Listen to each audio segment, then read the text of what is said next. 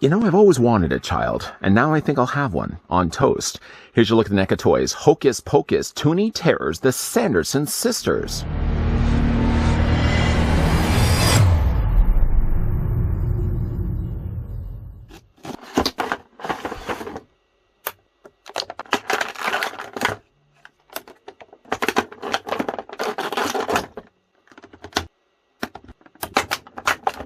The witches are back, and there's going to be hell to pay. From Disney's irreverent comedy classic, Winifred, Mary, and Sarah Sanderson join NECA's Toony Terror line. Bring the fun of Saturday morning cartoons to your collection with a set of stylized 6-inch action figures. Now, before we get a closer look at these ghoulish girls in girdles, I'd like to thank the folks over at NECA Toys that did provide this sample of the Toony Terror's Hocus Pocus Sanderson sisters. We can have a look at this review. The figures are available right now online and through retail stores. If you guys are interested to grab these ones and add them to your Toony Terror collection. Grabbing the tape measure, let's measure off each of the individual figures. If I can actually get I don't know why my tape measure is all twisted lately. Might have had something to do with the spell that the Sanderson sisters put on it. Anyways, though, looking at the individual figures, we're going to start things first with Sarah. Sarah stands, in this case, about 5 inches in height, or the figure is going to be 13 centimeters tall. Moving then on to Winifred, she prefers. The figure stands 5.5 inches. She's clearly the tallest of the three, and that works out to be a figure that's about 14 centimeters tall. Then finally over to Mary.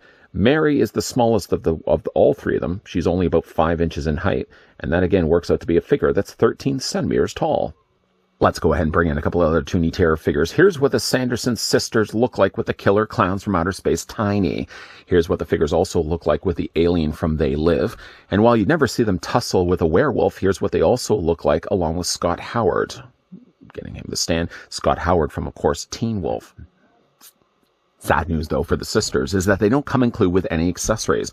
One such accessory I would have liked to see it get packaged along with the Sandersons is actually a big cauldron. I think that's something easily that could have been packaged along with the figure. Granted, it would have also increased the price of which this trio was already selling for, but I still would have loved to get a cauldron. I'm going to see if I can find myself a cauldron maybe from another figure release. Something maybe released by Disney. I'm sure at some point there has been a cauldron. I wanted to get one and maybe have one displayed in the middle of it and have the Sanderson sisters around it.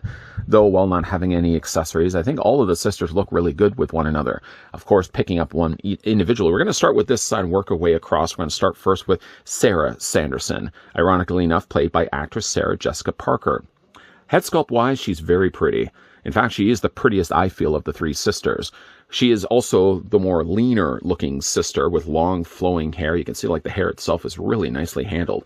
More lighter of a blonde. She does have these nice little braids they took the time to sculpt in there as well. And while you may not be able to see all her eyes, she only has really one visible eye. The other eye is still sculpted. It just involves you had to pull the drape aside. You actually see that the eye is outlined rather nicely with dark, bold, bland panel lining.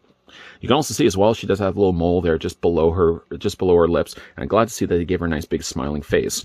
Head sculpt is going to be a little on the more limited side when it comes to the articulation, simply just because she has such long locks like this. In fact, actually, Sarah is very limited when it comes to the articulation. You can't kind of move her head back and forth, but rotating it back and forth, that's pretty much where you're going to have a real problem. The figure does also have her arms crossed. Now you can have, there's actually a ratchet joint, there's a swivel joint there in the shoulders where you can bring the arm up. So it actually kind of looks like she's about to sneeze. Achoo! You can also bring the other arm up also as well. So it does sort of look like she's giving the DX cross chop.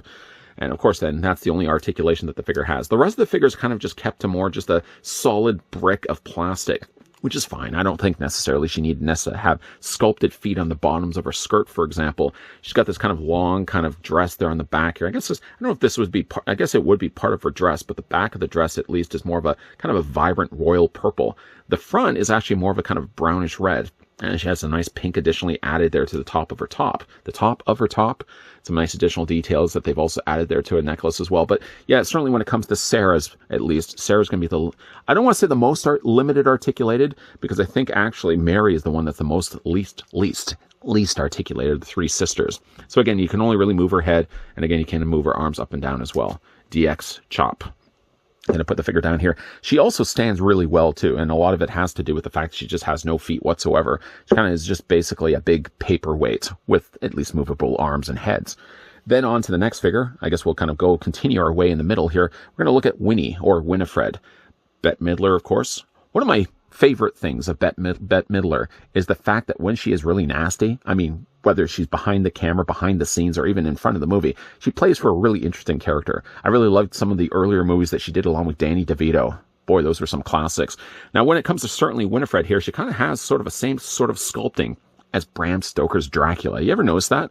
The way they've sculpted her hair. Now, she does actually have a lot more posability in her head and her arms than the already looked at Sarah.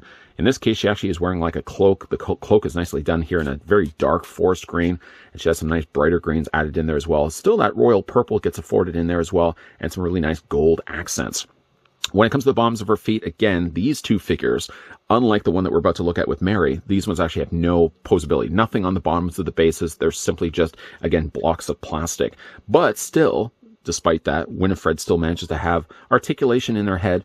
It doesn't so much move, I would say, up and down, but it moves more so just right and left. So it seems like she only seems to have just a straight swivel, whereas Sarah seemed to actually have a ball joint in her head. The arms on her, at least, can actually move up, although mileage may vary for how far you really do want to twist the arms. I would say the most natural one would probably just be have the arm up like this. So again, you've got the gravity of the sleeve draping down below it. To have it up anything past that, it sort of looks like a gush of wind is kind of blowing it from the front and blowing back the sleeves of her robe. Again, like you can rotate it, but you really can't do all that much. I mean, let's face facts. Even if you had to rotate the arm any which way, anything is going to look a little off other than the defaulted neutral position that you get her when you get her out of the packaging.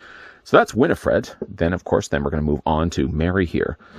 Mary, played by a very funny Kathy, I think her name is Kathy Najimy, who I always remember from Sister Act along with Whoopi Goldberg. She's also really funny also in Hocus Pocus and Hocus Pocus 2. Now, unlike the other two, she's the only sister that does actually have feet sculpted on the bottom. The feet don't actually move. They're just molded to the bottoms of her base. But the likelihood is they probably sculpted them in there, so you could at least see some of her feet sticking out the bottom. By also adding a little bit of additional lift here, I find she's actually the one that wobbles the most. I don't know if it has a lot to do with the fact that they did take the time to sculpt the feet, but I find like she's the one that wobbles the most when it comes to the three figures. When it comes to her articulation, I guess before we actually look at the articulation, let's get a closer look at her face. Classic looking Mary. Of course, she does have a little mold off to the side. That sort of one thing that she has in the corner of her mouth, which I think I read right that they flipped it. She ended up flipping it for Hocus Pocus 2, and a lot of people were kind of questioning why she had the curl on the opposite side of her face. I think I remember reading that somewhere. She does have some additional purple that's kind of wrapped around the top of her hair. She sort of has what, if you would go back and look at old images of a Thanksgiving Day feast, it's sort of that kind of shell. What is that thing? It's sort of a thing that has all the fruit resting in the inside of it. Does her hair kind of look like that? It's got some nice purple added in there either way. Some nice, again, black lining added around her eyes and also brown around her eyebrows there as well. And again, I really like the bright coloring that they use for her lips. All the paint on all the three sisters, Sanderson sisters, are all really well painted here. Has bright orange sleeves, kind of more of a warmer orange here added. And then for her top, if I can actually move her arms out of the way, you can actually see that she has kind of the very same similar color to Sarah, kind of a little bit more of a darker shade though. And again, you can kind of see the way they've laced that up also down as well. And again, she has that same sort of color scheme. I mean, really, when you look at Sarah and then you look at like Mary, they have very similar pinks that they use, and they also have the very same types of purple. Mary's, though, she's very limited when it comes to articulation. Her head rotates, and it does seem to be on a ball joint. So she actually has closer articulation to her sister Sarah than she does to Winifred. But when it comes to her arms, you really can't do much with her arms. Like, you can move them. Well, this arm is pretty much stuck for me, at least. And then there's only really this arm that you can move up. So you either have it closer to her face if it looks like she's giggling to a joke, or you can have the arm a little bit further down if you prefer. And again, there's only just a head articulation. So again, like when it comes to these Toony Terror figures, they're not going to have a whole lot of articulation to go for them. But you know where I think the sell of these sets, and just Toony Terrors as a whole, is the fact that they look like cartoon characters. They look like characters. Like, if I were to imagine, of all the characters we've looked at so far, the one that probably would make the most sense to be in a Scooby-Doo episode, just by the tamer nature of it, would be the Hocus Pocus Sanderson sisters. And for that reason, I can certainly see them popping up from time to time and running into Mystery Incorporated. I like the look of these. I do wish, though, honestly, that they could have come included with some accessories, although, to honestly be fair, the way they've sculpted the arms, it's not like you could really put anything in their hands. I think Winifred would be the most likely contender when it comes to being able to hold something. A cauldron would be the greatest thing to come include with the set. But I know, again, adding a cauldron that probably would be just as much plastic as, again, any one of these figures would have also increased the price. I don't mind paying the extra price for it if it did mean getting including a cauldron. I'm going to see again. I'm sure I could probably find myself a cauldron to have displayed along with the sisters. Maybe put the cauldron in the middle and have the sisters on all the sides of it. That's going to look really good.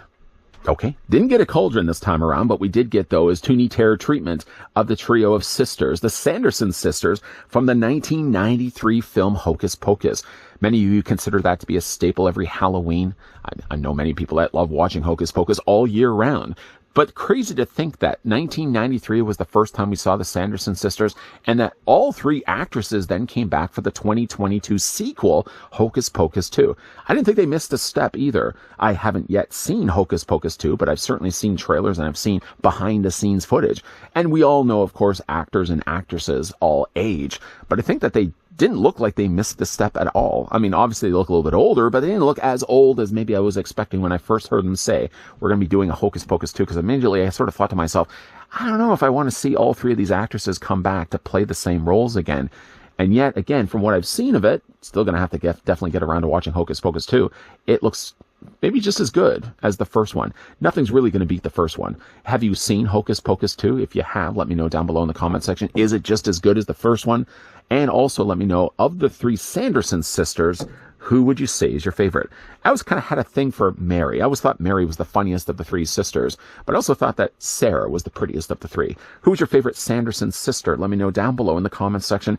And once again, if you don't mind me saying this, I'd like to thank the folks over at NECA Toys that did provide this sample review of the Hocus Pocus Sanderson Sisters Toony Terrors, that we could have a look at this review. Speaking of Toony Terrors and speaking of Hocus Pocus, NECA Toys also did release a Billy Butcherson, so we will be looking at him in an upcoming review. And obviously, I'm going to be bringing back the sisters again for comparing it along with Billy, but there's definitely going to be a lot more videos coming away. The key to making sure that you're not missing out on anything is, first of all, if you enjoyed this video, why not throw it a like? If you guys are loving the content you guys are seeing, I'm certainly on board to see more, then make sure you hit the subscribe button down below and that you're also turning on the bell notification. As already mentioned, we will be looking at Billy Butcherson, but I will also tell you, a little birdie will be whispering in your ear that there's more NECA reviews coming your way as well. So as always, guys, thanks for watching. Chirp, chirp. I'll see you guys next time.